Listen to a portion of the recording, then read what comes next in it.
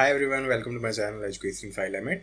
और आज इस वीडियो में हम पढ़ने वाले हैं need of philosophical foundations of education में, कि क्यों फिलोसॉफिकल बेस ज़रूरी है शिक्षा में, क्या ज़रूरत है फिलॉसफी को पढ़ने की शिक्षा के अंदर। ठीक है, तो ये पर्टिकुलर टॉपिक है एमिट के फिलोसॉफिकल फाउंडेशंस ऑफ एजुकेशन में। लेकिन ये टॉपिक बीएड में भी है और भी अगर आपके सिलेबस में टॉपिक है तो आप ये देख सकते हो। तो इसको हम डिस्कस कर रहे हैं एमडीयू के सिलेबस के अकॉर्डिंग, जो कि है सेकेंड सेमेस्टर में। तो जल्दी से पढ़ते हैं इसके बारे में। और वीडियो अच्छा लगे तो लाइक कर सकते हो और चैनल को सब्सक्राइब कर सकते हो और अपने दोस्तों के साथ शेयर कर सकते हो। तो सबसे सिंपल मैं आपको फिलॉसफी का एक एग्जांपल यहाँ पे बताना चाहूँगा कि फिलॉसफी करती क्या है, ज़रूरत क्या है। तो एक स्टोरी थी, blind man and an elephant. तो ये बहुत सारे रिलीजन्स में इसका एग्जांपल है, बुद्धिज़्म में, हिंदुज़्म में, जैनिज़्म में।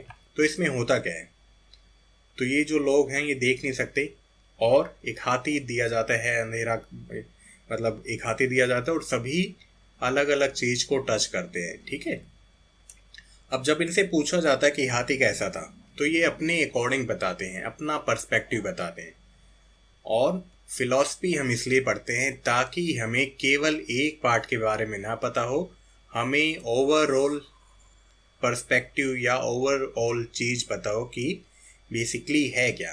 क्योंकि फिलॉसफी क्या है, लव ऑफ विजडम, कि बुद्धिमत्ता हासिल करना या बुद्धिमत्ता के लिए प्यार।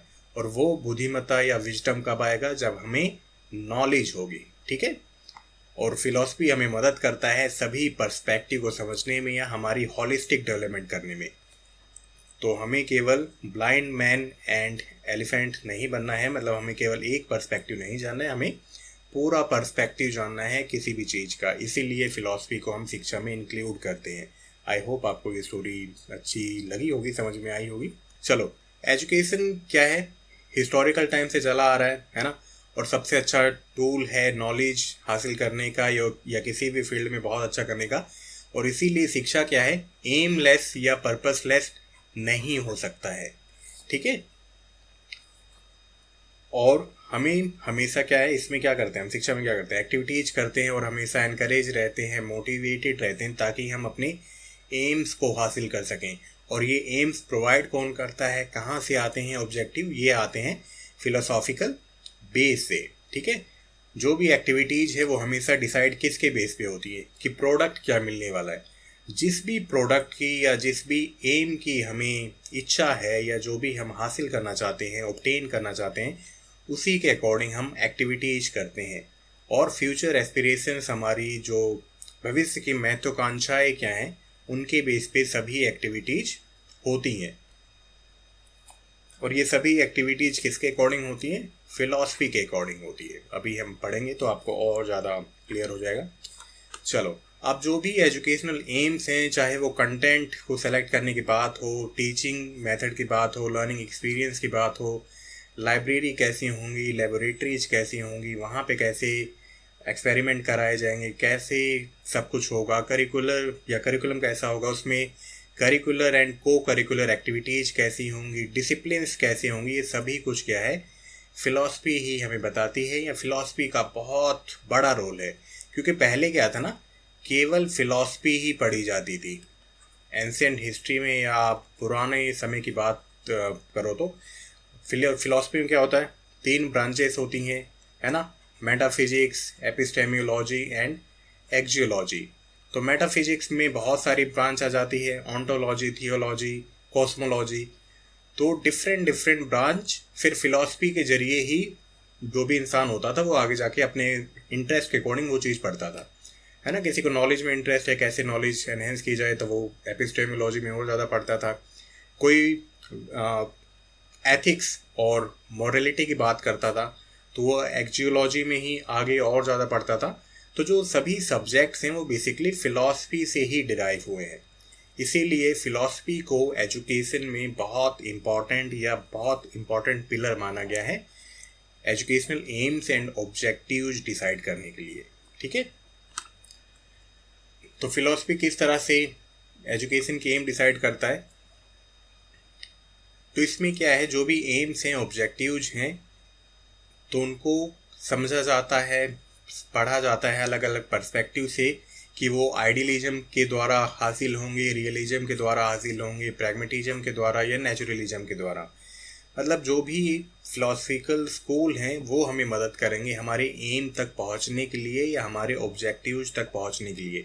और इसमें सोसाइटी की भी फिलॉसफी डिपेंड करती है, कंट्री की फिलॉसफी भी डिपेंड करती है। ठीक है, जैसे मैंने भी बताया कि कंट्री की फिलॉसफी किस वे में करेगी, सभी कंट्रीज किसी न किसी फिलॉसफी को फॉलो करती हैं।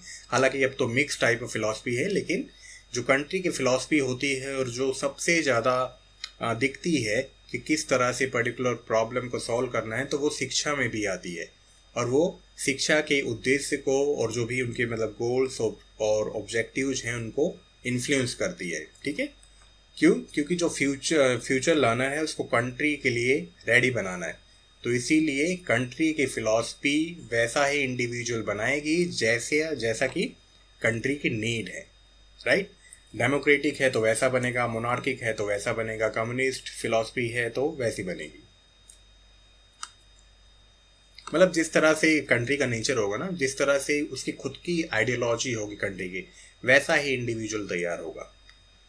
फ्यूचर नीड्स के अकॉर्डिंग भी फिलॉसफी डिसाइड करती है एम्स एंड ऑब्जेक्टिव्स को, है ना, क्योंकि फ्यूचर एस्पिरेशन पे ही डिपेंड करता है। और क्या एजुकेशन के में होता है, ताकि हॉलिस्टिक डेवलपमेंट हो, एक हॉलिस्टिक लर्नर बाहर आए जब वो शिक्षा हासिल करके बाहर निकले और सोसाइटी का पार्ट बने। तो सभी चीज़ों में वो निपुण होना चाहिए, सभी चीज़ों का विकास होना चाहिए या डेवलपमेंट होनी चाहिए एक लर्नर के अंदर। और क्या एम है, इंडिविजुअल को नॉलेजेबल बनाना, उसमें ज्ञान देना, प्रॉपर वैल्यूज होना, है ना, ताकि वो खुद को भी समझे और दूसरों को भी समझे। सभी सब्जेक्ट में फिलोसॉफिकल एम्स हैं। साइंस की बात करें तो उसमें प्रैग्मेटिज्म है ना।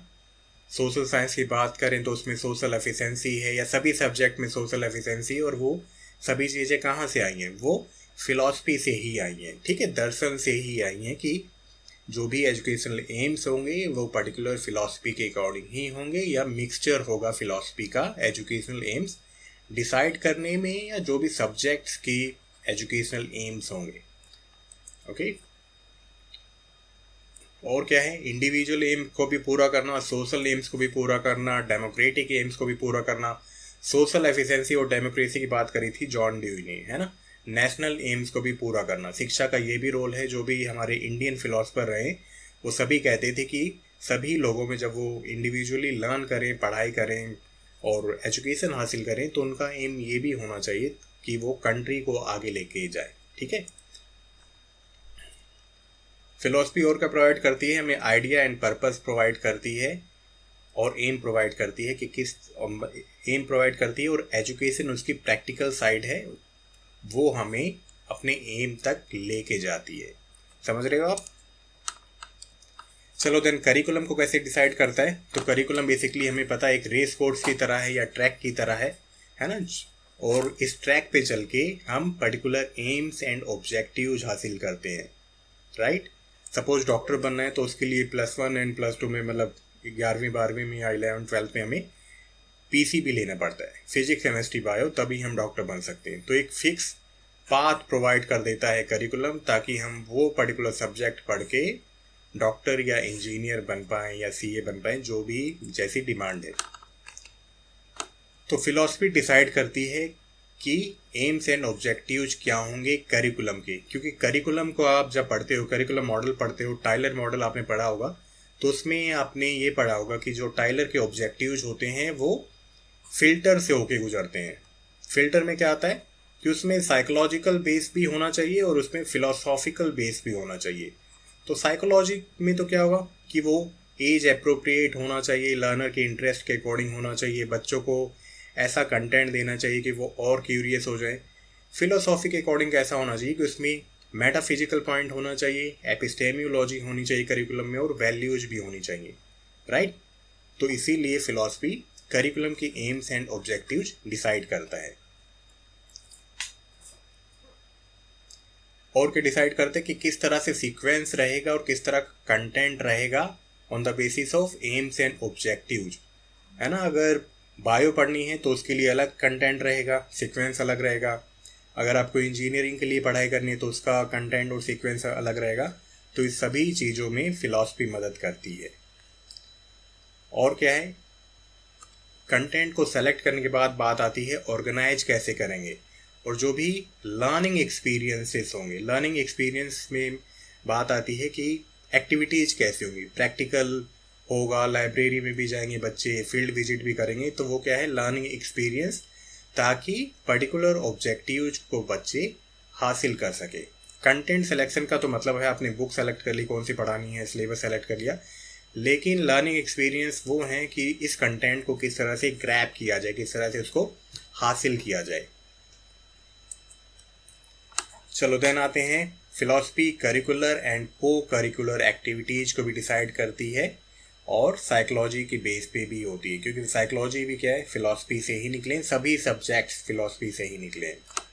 करिकुलर एक्टिविटीज़ में क्या होता है, एक एम्पैथी आती है, रिस्पेक्ट की भावना आती है, हम एक दूसरे के कल्चर को जानते हैं, हम में अवेयरनेस आती है ना, और वो सोशल एफिशिएंसी के लिए और डेमोक्रेसी के लिए अच्छी बात है।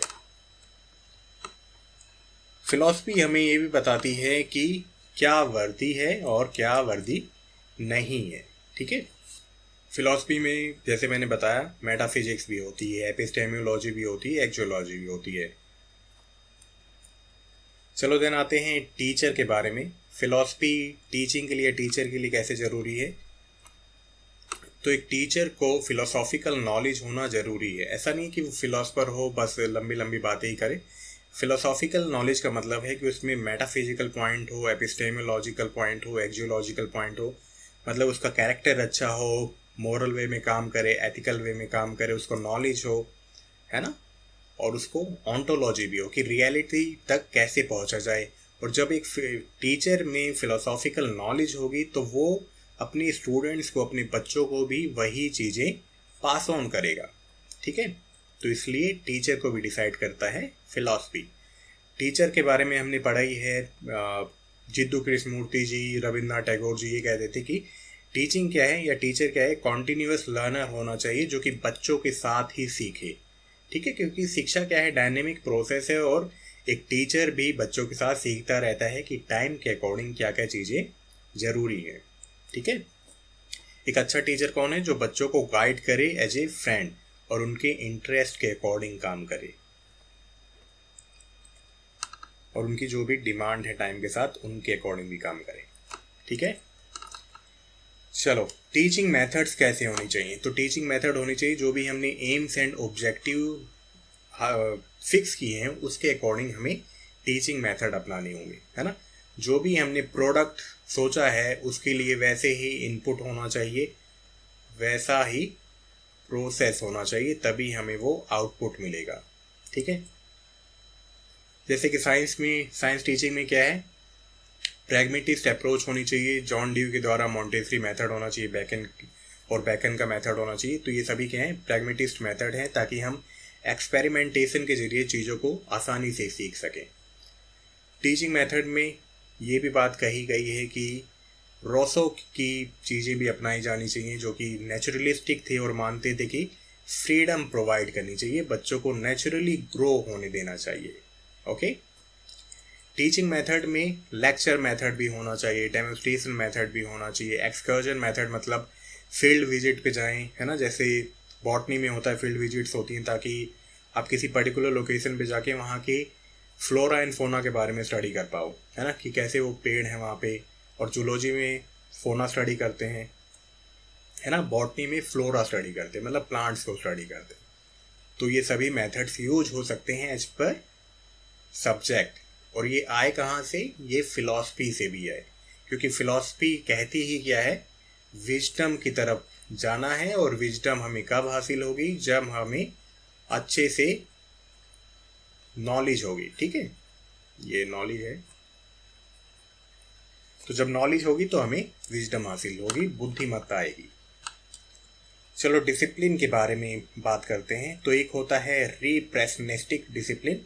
इसमें क्या है, बच्चों को पनिश या डराया जाता है, क्योंकि बच्चों के बिहेवियर्स को मॉडिफाई करना ज़रूरी है, और ये तभी होता है जब ऐसी ज़रूरत हो। पहले ये यूज होता था ज़्यादा, लेकिन आजकल इस तरह का जो डिसिप्लिन है वो यूज नहीं होता है। देन है इम्प्रेशनिस्टिक, इम्प्रेशंस की बात हो रही है। इसमें क्या माना जाता है कि कोई भी जो बच्चा है बैड और गुड वो कब सीखता है, जिस भी पर्सन के कांटेक्ट में रहता है। तो टीचर्स को हमेशा अच्छे बिहेवियर से इनकलकेट करनी चाहिए। इसमें बात आती है सोशल लर्निंग की, कि जो हमारा एनवायरनमेंट हो वो ऐसा हो कि वो बच्चे उससे अच्छी चीज़ें ही सीखें। इसमें बात होती है कि सभी में नेचुरल गुडनेस है, ठीक है, इसलिए सभी को फुल फ्रीडम देनी चाहिए ताकि वो नेचुरल कॉन्सिक्वेंसेस के अकॉर्डिंग सीख सकें। मतलब जैसा स्टिमुलस देंगे वैसा ही रिस्पॉन्स आएगा, और जैसा रिस्पॉन्स आता जाएगा वैसे बच्चे अपने आप नेचुरली एक ऑर्डर में सीखते जाएंगे। अगर अच्छा रिस्पॉन्स होगा, अच्छी चीज़ें आएंगी बाहर, है ना, अच्छा बिहेवियर या जो भी अच्छा होगा वो सीखेंगे। अच्छा on the basis of society, on the basis of values, ठीक है। यहाँ पे अच्छा बुरा हमेशा क्या होता है, सोसाइटी के अकॉर्डिंग होता है। अगर ऐसी सोसाइटी है जहाँ पे चोरी करना बुरी बात है, तो वो क्या है, बुरी चीज़ है। लेकिन चोरी की सोसाइटी है जहाँ पे चोरी करना बहुत अच्छी बात है, तो वहाँ पे क्या है, वो अच्छी चीज़ है, ठीक है। तो वैल्यूज हमेशा सोसाइटी के अकॉर्डिंग, पीपल के अकॉर्डिंग, टाइम के अकॉर्डिंग, जगह के अकॉर्डिंग चेंज होते हैं। तो यहाँ पे हम अच्छी सोसाइटी की बात कर रहे हैं जहाँ पे चोरी वोरी नहीं होती है, जहाँ पे बुरे काम नहीं होते।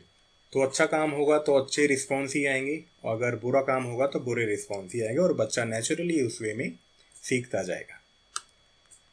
चलो, देन और डिसिप्लिन के बारे में क्या कहते हैं कि जो भी फिलोसफर हैं, और फिलॉसफी क्या है, फ्री एंड एक्सप्रेसिव डिसिप्लिन की बात करती है मोस्टली, ठीक है, क्योंकि पनिशमेंट बहुत पुराने टाइम पे देते थे, और सभी जो फिलोसफर हैं वो सेल्फ डिसिप्लिन की बात ज़्यादा करते हैं, ठीक है, क्योंकि ये इंट्रिंसिक मोटिवेशन पे बेस है, और जब हम इंट्रिंसिकली मोटिवेटेड रहते हैं तो हम और ज़्यादा अच्छे से ग्रो करते हैं।